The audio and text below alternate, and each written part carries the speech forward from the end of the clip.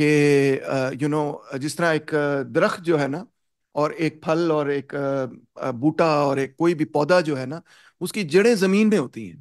تو اسی طرح مجھے میری فیملی نے بھی مجھے جو جو کانشیسنس دی، وہ یہ کہ میری جڑیں جو ہے نا وہ اسی سماج میں ہیں. وہ چین میں نہیں ہے، وہ روس میں نہیں ہے، وہ امریکہ میں نہیں ہے، اور وہ انگلینڈ میں نہیں ہے، وہ اس سماج میں ہے. میں بھی اسی سماج کی پیداوار ہوں، میری جڑیں یہاں پر ہیں. اور جیسا وہ پودا پتا بنے گا، وہ ڈپینڈ کرے گا ان جڑوں پہ. اگر میں اپنی جڑیں کھوکھلی کر دوں گا تو میں خود بھی کبھی بھی تھرائیو نہیں کر سکتا. ایون دی ایلیٹ کی ناٹ تھرائیو، کوئی بھی تھرائیو نہیں کر سکتا اگر آپ اپنی ہی جڑوں کے اندر زہر ڈالتے جائیں گے. سو اگر آپ میں اتنی سمپل سی کانشیسنس ہے، تو پھر آپ کہیں گے یار یو نو واٹ، یہ سسٹم ٹھیک نہیں چل رہا. اچھا اگر سسٹم ٹھیک نہیں چل رہا، what can I do to fix it? تو میں نے بھی یہ سوچا جب میں کالج میں تھا، میں نے یہ سب کچھ پڑھا، کیپٹلزم کیسے چل رہا ہے، پاکستان کی ہسٹری کیا ہے. سچی بات یہ ہے، پتہ نہیں آپ کے بلیورز مانیں گے یا نہیں مانیں گے. تو ایک وقت ایسا آیا، مجھے یاد ہے، تقریباً اینڈ آف دا فریشمن ایئر اور سوفومور ایئر کے پہلے سال میں، کہ میں لینن کی کتاب پڑھ رہا تھا، شاید what is to be done یا پتہ نہیں کون سی پڑھ رہا تھا یار. ایک دم سے میں نے کتاب رکھی اور پتہ نہیں میرے اوپر نا جیسے ہوتا نہیں ایک ایک ڈپریشن سی آ گئی. اور ڈپریشن یہ آ گئی کہ میں نے سوچنا شروع کیا کہ یار یہ میں نے کتابیں ساری پڑھی ہیں، اور جو آرگیومنٹ ہے یہ تو بہت پرسویسو ہے، تو بہت اسٹرانگ ہے، اور میں بھی اسی طبقے سے تعلق رکھتا ہوں جس پہ تنقید کی جا رہی ہے ان کتابوں کے اندر. تو اب دو چوائسیز ہیں میرے سامنے، یا تو میں ان کتابوں کو بھول جاؤں اور میں انجوائے کروں اپنی زندگی، یا پھر میں نے یہ سوچا کہ نہیں یار یہ بابے ٹھیک بات کہہ رہے ہیں، اور میری زندگی جو ہے نا اگر وہ اسی ڈائریکشن میں چلتی رہی تو it will be founded on the exploitation of the poor. وہ غریبوں کے استحصال کی بنیاد پہ میں یہاں پہ امریکہ میں پڑھ رہا ہوں. میں نے بڑے کلیئرلی اب یہ بات اب میرے ذہن میں ٹھا کر کے بجی جب میں نے مارکسزم پڑھا کہ جو غریبوں کا استحصال ہے اس کی بنیاد پہ یہ ساری ایلیٹ ہے، اسی کی بنیاد پہ جو پیسے پوسے کما کے اور تعلیم وغیرہ حاصل کر کے میں یہاں پہ امریکہ میں پڑھ رہا ہوں. امریکہ میں پڑھ رہا تھا اس وقت. تو میرے لیے پتہ نہیں یار یہ مورلی اسپیکنگ ایکسیپٹیبل بات نہیں تھی کہ میرے لیے ایک ایگزسٹینشل کرائسس تھا آپ کہہ لیں. اور میں نے یہ سوچا کہ کیا میں دوسروں کے استحصال زدہ دولت پر رہنا چاہتا ہوں، گزارا کرنا چاہتا ہوں، یا میں اس استحصال کو تبدیل کرنا چاہتا ہوں. میں کہا یار اس کو تبدیل کرنا پڑے گا، یہ اس طرح نہیں میں رہ سکتا. میں آئی کین ناٹ ایکسیپٹ کہ I will live off the exploitation of other people's labour as a human being. میں نہیں قبول کر سکتا کہ میں کسی دوسرے کی استحصال کی بنیاد پہ جو ہے وہ زندگی اپنی گزاروں. It's not acceptable. تو بس پھر میں نے پڑھائی وغیرہ اپنی مکمل کی. بیچ میں کارل مارکس کی قبر پہ بھی گیا. میں نے کہا بابا جی آپ نے جو بات کی وہ بڑی ٹھیک بات کی، اور اس استحصال کے غریبوں کے استحصال کے خلاف میں لڑوں گا. اور آپ کی تحریریں پڑھ کے میں کنونس ہو گیا ہوں، اور جتنی میرے میں ہمت ہوگی میں وعدہ کرتا ہوں کہ میں اس کے خلاف لڑوں گا. میں نہیں ایسا آدمی جو یہ قبول کر سکے کہ میں کسی دوسرے کے استحصال کی بنیاد پر اپنی زندگی گزاروں. تو بس پھر میں نے اس کے بعد یہ فیصلہ کر لیا کہ پہلے تو انتخاب کرنا تھا کہ اب آگے کرنا کیا زندگی کے ساتھ. یہ بھی کوئی آسان فیصلہ نہیں تھا اس وقت. پہلے تو یہی سوچ تھی کہ اچھا اپنے فیملی بزنس چلائیں گے، یہ کریں گے وہ کریں گے. تو پھر میں نے یہ سوچا کہ اپنی محنت پر زندہ رہنا ہے. اور پھر میں نے سوچا کہ جو بیسٹ شعبہ ہے، جو بیسٹ پروفیشن ہے میرے لیے، وہ یہ ہے کہ میں ایک استاد بنوں گا، میں ایک ٹیچر بنوں گا، اور علم کی روشنی کے ذریعے لوگوں کو سمجھانے کی کوشش کروں گا کہ یہ نظام ٹھیک نہیں ہے، اس کو تبدیل کرنے کی ضرورت ہے. تو بس وہیں پہ میں نے فیصلہ کیا میں پروفیسر بنوں گا. اور اب آپ تو جانتے ہی ہیں کہ اس وقت جب سے گریجویٹ کیا اس وقت سے لے کے اب تک، اب میں گریجویٹ کیا 98 میں، تو 26 سال ہو گئے. That is been my mean that is been my profession. میں وال چٹے ہو گئے، میں پروفیسر ہوں. اور بزنس مین میں نہیں بنا، کیپٹلسٹ میں نہیں بنا، حالانکہ میرے پاس بڑی اپرچونیٹیز تھیں. اور so that is my earning as a professor. اور پھر ساتھ میں نے میوزک بھی شروع کر دیا، اس میں سے بھی پیسے بنا لیے. تو that's how I live both on my talent as a musician and on my work as a professor. یہ میری اور زندگی. ڈاکٹر صاحب جو میں نے اور آپ دونوں کے سوری اور دونوں کے ذریعے، موسیقی کے ذریعے اور اپنی ٹیچنگ کے ذریعے، پیغام میرا ایک ہی ہوتا ہے، اور وہ یہ ہوتا ہے کہ یہ بڑا ظالمانہ نظام ہے جس کے نتیجے میں ملینز آف لوگ جو ہیں غربت میں رہتے ہیں. اور ہم جو انجوائے کرتے ہیں زندگی کہتے ہیں او یہ تو بڑا میرٹوکریسی ہے جی، ہم میرٹ پہ آگے آئے ہیں. بل شیٹ یار، کم آن، ڈونٹ ٹاک نان سینس. آپ اگر آئے ہیں یہاں پہ تو اس بنیاد پہ آئے ہیں کہ آپ کو والدین سے پیسے مل گئے ہیں، آپ پہلے سے ہی وہ born in privilege. Okay. And that's why you had all the opportunities کہ آپ اپنا میرٹ ڈیولپ کر لیں, آپ بیسٹ اسکولس میں چلے جائیں, آپ تیمور رحمان کی طرح پی ایچ ڈی کر لیں, ایسوسیٹ پروفیسر بن جائیں سو آن. اگر آپ پیدا ہو جاتے ہیں نا کسی مسلی کے گھر, آپ پیدا ہو جاتے کسی لینڈ لیس فارمر کے گھر, ٹیننٹ کے گھر, تو کو لگ پتہ جاتا کہ زندگی کتنی مشکل ہوتی ہے. آپ پنجویں جماعت بھی نہ ختم کر سکتے, لیٹ الون کہ آپ پی ایچ ڈی کریں اور سو کالڈ میرٹ پہ آئیں. تو جو آپ کی تعلیم بھی ہے, جو آپ کا سو کالڈ میرٹ بھی ہے, وہ بھی ایک پریویلیج کی بنیاد پر ہی قائم ہے, because education it self is a privilege in this country. Good education is a privilege in this country. عام بندے کو کہاں اچھی تعلیم ملتی, کہاں ان کو موقع ملتا ہے کہ وہ اچھی یونیورسٹیز میں جا کے جو ہے اپنے ٹیلنٹ کو ڈیولپ کر سکیں. سو اٹس ناٹ اے میریٹوکریسی, کہ یہ جو پورا نظام ہے نا یہ میریٹوکریسی نہیں ہے. It's a brutal class dictatorship, جس میں جو اوپر ہے نا وہ کہتا ہے میں اوپر ہی رہوں گا, اور جو نیچے ہے اس کو دبا کے ہی رکھوں گا. اور بڑا لڑنا پڑتا ہے جو نیچے بندہ ہوتا ہے نا, وہ جب اوپر آتا ہے نا, ریگز ٹو ریچز. ہم کیوں اتنے خوش ہوتے ہیں اس اسٹوری پہ, کیونکہ وہ ایکسٹریم ایکسیپشنل کہانی ہوتی ہے, ایکسٹریم ایکسیپشنل کہانی ہوتی ہے, جس میں کوئی crazy level of talent develop کر لے, جس طرح کہ ابھی وہ جیولن تھروور نے کیا وغیرہ, تو اس کو کروڑوں روپے مل گئے.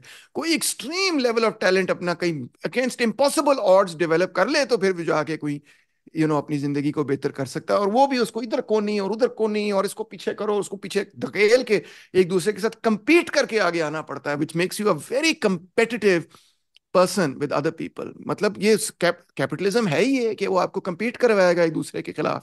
تو اگر آپ کو اگلی پروموشن چاہیے تو آپ کو یہ ثابت کرنا ہے کہ میں نے اس دوسرے سے بہتر کام کیا, تو آپ اپنے کو ورکر کے ساتھ کمپیٹ کریں گے, اور کیپٹلسٹ آپ کو کمپیٹ کروائے گا کہ تم سے بہتر اس نے کام کیا ہے, میں تو اس کو پروموشن دوں گا. دونوں آپس میں کمپیٹ کریں گے, اور پھر وہ آفس پالیٹکس اور ساری, اور ایک دوسرے کو کونیاں ماریں گے, اور ایک دوسرے کی برائیاں کر کے آگے اپنا کریئر بنائیں گے. تو نیچے سے جو اوپر لوگ بھی آتے ہیں نا, وہ بڑے کمپیٹیٹیو ہو جاتے ہیں اس پورے معاملے میں.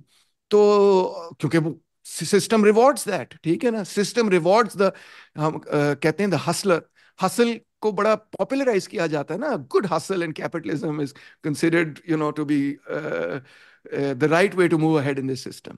تو اگر آپ سادہ قسم کے انسان ہیں, بھولے قسم کے انسان ہیں, آپ کہتے ہیں آپ کریڈٹ نہیں لیتے اپنے کام کا, آپ بڑے ہیوملٹی سے چلتے ہیں, تو آپ اس نظام میں بھائی جان آپ نہیں چل سکتے. اس نظام میں وہ بندہ چل سکتا ہے جو بڑی زبردست اپنی سیلف پروموشن کرے اور کہے اس کا بھی کریڈٹ میرا ہے, اس کا بھی کریڈٹ میرا ہے, پھر آپ آگے جائیں گے. سوشل میڈیا بھی انفارچونیٹلی یہی ثابت کرتا ہے. ڈاکٹر صاحب اب دوبارہ میں چاہ رہا تھا کہ اس کو صرف آئیڈیا کی حیثیت سے ہی ہم ریکنسٹرکٹ کریں. جو جی ویسے میں نے عراق کی بات کی تھی, سوشل فیبرک کی, جب ان پر پابندیاں لگیں, جی یہ جو جی. پیسوں کا نہ ہونا ہوتا ہے, جو پاورٹی کی اسٹرگل ہوتی ہے, یہ سوسائٹی کو کس طرح سائنٹیفکلی امپیکٹ کرتی ہے؟ سائنٹیفکلی لائک سائنٹیفکلی یا اوور آل جو معاشرے کا فیبرک ہے, وہ کس طرح امپیکٹ ہو جاتا ہے کہ اگر کچھ لوگوں کے پاس یا میجورٹی کے پاس پیسے نہیں ہیں رہنے کے لیے؟ دیکھیں, اگین ہمیں پیسے کو سمجھنا ہے. پیسے کی کوئی کمی کسی سوسائٹی میں نہیں ہے, بیکاز ہم ایک ایسی سٹیج سوسائٹی میں رہتے ہیں جس میں پیسہ تو آپ پرنٹ کر سکتے ہیں نا. ہم کموڈیٹیز کو ایز منی نہیں اب استعمال کرتے, گولڈ کی آپ کو ضرورت نہیں ہے. سو پیسے کو تو آپ پرنٹ نہ بھی کریں تو بینک جو ہے وہ انٹر کر سکتا ہے کہ اچھا یار اس کے پاس 1 لاکھ روپے نہیں, اس کے پاس اب 1 کروڑ روپے ہیں, ختم. Banks create money. جب وہ آپ کو لون دیتے ہیں تو وہ نیا پیسہ پرنٹ بھی نہیں کرتے, وہ صرف اپنے کمپیوٹر میں انٹر کر دیتے ہیں کہ اب اس کے پاس ہم نے 1 کروڑ روپیہ کریڈٹ دے دیا, دیٹس اٹ. تو پیسے کی کمی کا جو تصور ہے نا, یہ تصور بھی ہمارے ذہن سے تبدیل ہونا چاہیے, کیونکہ اگین یہ ہم انڈیویجول پوائنٹ آف ویو سے دیکھ رہے ہیں کہ میرے پاس پیسے نہیں ہیں بل ادا کرنے کے لیے, تو آپ کو لگ رہا ہے پیسے کی کوئی اوور آل کمی ہے. پیسے کی کوئی کمی نہیں ہے. پیسہ جو ہے وہ ایک قسم کا آپ کہہ لیں کہ نظام ہے جس میں سماج تقسیم کرتی ہے اپنے اندر ہی کہ جو کل پیداوار ہے, سماج کے اندر کل پیداوار ہے, اس کا کتنا حصہ کن لوگوں کو ملے گا. دوبارہ ریپیٹ کر دیتا ہوں. پیسہ کیا ہے؟ صرف اور صرف یہ چیز ہے کہ وہ یہ بتاتی ہے آپ کو کہ جب میرے پاس 1 کروڑ روپیہ ہے فرض کریں, تو اس 1 کروڑ روپے سے یہ بات طے ہو رہی ہے کہ سماج کی کل پیداوار میں سے 1 کروڑ روپے کے عوض میں سماج کی پیداوار خرید سکتا ہوں, وہ میرے حصے کا حصہ بن جاتی. تو ان سرٹن سینس جو آپ کی ویلتھ ہے پیسے کے حساب سے, وہ کل سماجی دولت کا ایک حصہ ہے, ایک شرح ہے. اب اگر آپ اسی معاملے کو طبقاتی اعتبار سے دیکھیں تو آپ کو یہ نظر آئے گا کہ ورکنگ کلاس کی جو ویلتھ ہے, ورکنگ کلاس کے پاس جو پیسے ہیں, ورکنگ کلاس کے پاس جو انکم ہے, وہ واٹ ڈز اٹ سگنیفائی، وہ آپ کو یہ بتا رہی ہے کہ محنت کش اور مزدور طبقے کے پاس بحثیت مجموعی، جو کہ 90% ہیں سوسائٹی کے، آپ جانتے ہیں کسانوں کو اور مزدوروں کو شامل کر لیں، دیٹس 90% آف سوسائٹی، اس 90% آف سوسائٹی کے پاس کی جو رقم ہے، مکمل آمدنی ہے ان کی، یہ آپ کو بتاتی ہے کہ کل سماج میں جو پیداوار ہے اس کو کتنا بڑا حصہ اس 90% طبقے کو ملے گا، جس کو ہم مزدور اور کسان کہتے ہیں۔ اور پھر جو باقی 10% رہ گئے، اور باقی 1%، ٹاپ 1%، اور باقی 9% رہ گئے، کتنے فیصد حصہ اس طبقے کو ملے گا کل سماجی پیداوار کا، جو کہ سرمایہ دار، جاگیردار، بیوروکریٹ اور اسٹیبلشمنٹ کے ٹاپ لیول کے لوگ ہیں، اور پھر کتنے فیصد حصہ باقی 8%، 9% کو ملے گا، جو کہ مڈل کلاس کے لوگ ہیں۔ جب آپ اس طرح سے سوسائٹی کو سمجھیں گے نا، تو آپ کو ایکچوئل معاملہ سمجھ آئے گا کہ جب ہم کہتے ہیں کہ سماج میں ویلتھ کم ہے، سماج میں انکم کم ہے، سماج میں پیسہ کم ہے، تو ایکچولی اس کا مطلب یہ نہیں ہے کہ پیسہ کم ہے، اس کا مطلب صرف اور صرف اتنا ہے کہ سماج کی کل دولت میں سے جو حصہ غریبوں کو دیا جا رہا ہے وہ انتہائی کم ہے۔ اس پورے سوال کو اس زاویے میں دیکھنے کی ضرورت ہے۔ اتنا کم ہے کہ اس میں وہ 2 وقت کی روٹی پوری کرنے میں کامیاب نہیں ہے، اتنا کم ہے وہ حصہ کہ وہ اپنے بچوں کو اچھے اسکولوں میں داخل کرانے میں کامیاب نہیں ہے، اتنا کم ہے وہ حصہ کہ وہ اپنے بوڑھے ماں باپ کا علاج نہیں اچھے اسپتالوں میں نہیں کروا سکتے۔ یہ اصل سوال ہے، پیسہ کم نہیں ہے، پیسہ تو چھاپ کے آپ غریبوں کو دے دیں، کوئی کیا ہوگا، مگر ایشو یہی ہے کہ as a percentage of the over all wealth of society, جو حصہ ان کے لیے مختص کیا جاتا ہے، جو کہ پیسے کی ڈسٹریبیوشن اور ذرائع پیداوار کی ڈسٹریبیوشن سے آپ سمجھ سکتے ہیں، وہ اتنا کم ہے کہ اس میں وہ اپنی زندگی پوری نہیں کر سکتے۔ اور اس کی وجہ پیسے کی قلت نہیں ہے، اس کی وجہ وہی ایلیٹ کیپچر اور لا برابری ہے، جو کہ ایک سرمایہ دارانہ نظام میں، اور خاص طور پہ ایک پوسٹ کولونیل سرمایہ دارانہ نظام میں پیدا ہوتی، جہاں پہ آپ ایک ویلفیئر اسٹیٹ پیدا نہ کرتے ہیں، نہ کرنے کی اسپیس رکھتے ہیں، نہ کرنے کی صلاحیت رکھتے ہیں۔ ویسٹ نے تو اپنی پاورٹی کو بہرحال پھر بھی کچھ الیویٹ کیا، کمیونزم کے ڈر خوف سے انہوں نے ویلفیئر اسٹیٹ قائم کر دی، مگر پاکستان کے اندر انہوں نے سوچا کمیونزم کا ڈر خوف مٹانے کا یہی طریقہ ہے کہ ان کو ویسے ہی دبا دو، اور لوگوں کے ذہن میں یہ بات ڈال دی جائے کہ جو بھی یہ بات کرتا ہے کہ پیسے کی تقسیم کار، دولت کی تقسیم کار، وسائل کی تقسیم کار کو دوبارہ سے دیکھا جائے، اور تو وہ تو جو ہے نا کافر ہوگا وہ تو بہت ہی غلط آدمی ہوگا، اس سے دور رہنے کی ضرورت ہے۔ تو اس طرح کر کے لوگوں کو اس پورے پروجیکٹ سے دور رکھا گیا، اور وہ پروجیکٹ یہی ہے کہ frankly the distribution of wealth is the problem, not the availability of wealth, میں اس کو not the production of it. میں اس کو بہت پریزنٹ کانٹیکسٹ میں بات کر رہا تھا کہ جیسے آپ کہہ رہے ہیں کہ اف یو، میں آپ کی بات سمجھ رہا ہوں جب جہاں سے آپ جی۔ ڈسٹریبیوشن کی بات کر رہے ہیں، بٹ کیپٹلزم کو دیکھتے ہوئے جتنا پیسہ چھپے گا، انفلیشن ہوگی، تمام چیزیں، اس پورے چیز کو ذہن میں رکھتے ہوئے جب مجھے پتا ہے کہ میرے پاس اتنا ہی معاملہ ہے، میں اتنا ہی کر سکتا ہوں، میرے پاس اتنے ہی پیسے آئیں گے، آپ کو جو مل رہا ہے، کسی کو بھی کچھ مل رہا ہے، ایک بہت لوکل لیول پہ میں اس کو ٹریٹ نہیں کر سکتا، رائٹ؟ اس پوری سچویشن میں جب میرے پاس چاہے اس معاشرے کی پریزنٹ کنڈیشن میں کم حصہ ہے، اس سے معاشرے میں کیا بگاڑ پیدا ہوتا ہے؟ اگر میں آپ کو ایک اور ایگزامپل دوں اپنے سوال کو کلیئر کرنے کے لیے، جب سلمان ہوں تاثیر ہوں صاحب کو گو کہ وہ اس میں ریلیونٹ نہیں ہے، بٹ وہ ہوں ججمنٹ کا ایک نقطہ تھا، جب سلمان تاثیر ہوں صاحب کو شہید کر دیا گیا، تو ہوں جسٹس صاحب نے لکھا تھا کہ ممتاز قادری کو بہت سارے اور مسائل کے ساتھ سلمان تاثیر سے وہ غصہ بھی تھا جو ایک ہر غریب کو ہر امیر کے ساتھ ہوتا ہے، ہوں اس میں جو ہوں بہت، تو اگر میں اس پہ اسپیسیفکلی بات کر رہا ہوں کہ اگر ہم اس کو آئیڈیولوجیکل بحث سے بالکل۔ ہٹا کر بھی کیپٹلزم کی بحث میں دیکھیں، تو آپ کے خیال میں کیا معاشرے پہ اثرات پڑتے ہیں؟ یہ پیچھے کتاب لگی ہوئی ہے، اگر میں نکالوں آپ کے لیے تو آپ کو اچھا جواب مل جائے گا، مجھے تلاش کرنی پڑے گی اتنی ساری کتابوں میں، اگر مجھے مل جائے، ہاں مل گئی، ایک سیکنڈ، یہ ہے جی، یہ کتاب ہے جی بڑی اچھی، جو جس میں آپ کو اس کا جواب مل جائے گا۔ اس کتاب کا عنوان ہے سرمایہ داری تصادموں کی تہذیب، ڈاکٹر سہولت ناگی، جو کہ پاکستانی ہیں اور جو کہ آسٹریلیا میں مقیم ہیں۔ بڑی خوبصورت کتاب ہے، کبھی موقع ملے تو ضرور اس کو حاصل کریں اور پڑھیں۔